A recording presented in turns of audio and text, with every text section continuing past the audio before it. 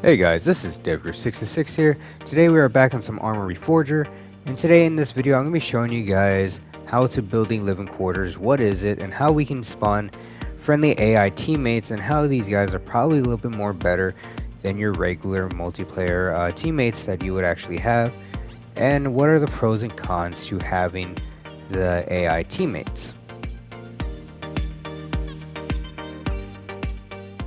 Okay, so first off, what is living quarters? Living quarters, in simplest terms, is where the soldiers are going to be staying at when they're overseas or deployed. Now, in this game, I'm pretty sure if you die, you can spawn back to the base, and anyone that's there, I believe, spawns in at living quarters, but I could be wrong.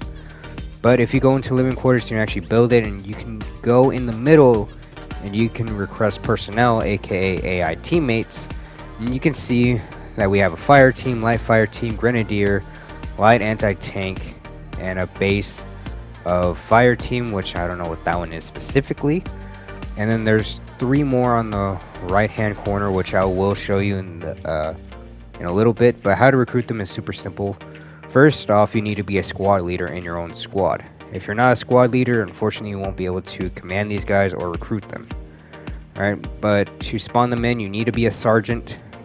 Fortunately, you cannot be a corporal or private to spawn them in, but if another sergeant spawns them in for you and you're a squad leader, no matter if you're a private or a corporal, you can take control of them because you are a squad leader in your group.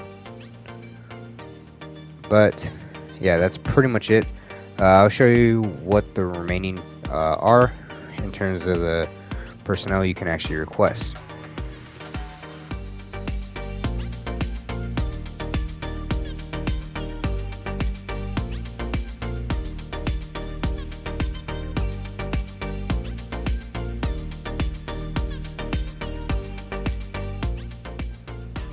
Now, word of advice, if you're spawning in a vehicle, make sure you have a proper head count. So let's just say, like this Humvee for example, I can get 1 in the gunner's seat and then 3 in the passenger and 1 in the driver, which equals out a total of 5. If I overcounted and I spawned in a little too much AI and I over recruited, I can unrecruit them. But if you want to keep them with you, you are going to have to spawn in another vehicle, and more than likely it's going to be your vehicle or the other vehicle with the other AI teammates that are going to take point, and I'll show you that in another clip. But how to command it, it's very simple. You go on your map, hit square, and then go to the commanding and move. Now I do recommend that you drive, because if you don't, this is going to happen.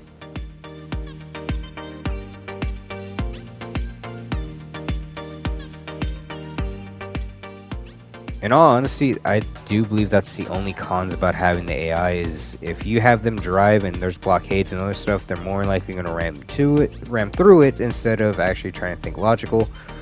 But honestly, if you're driving or if you're going on foot with your AI teammates, that's a little bit more better. And the next clip that's coming up shows you how accurate these guys are. And I thought they were going to be like stormtroopers almost, where they're going to be missing a few times and then hitting them. But I was surprisingly wrong. You can see that these are enemy players right here, and this guy, or AI I should say, that was on the Mountain 50 just mowed them down, and I was kind of surprised because I thought they were going to miss, and then the enemy players were actually going to kill me because of how fairly close I was. But I was wrong.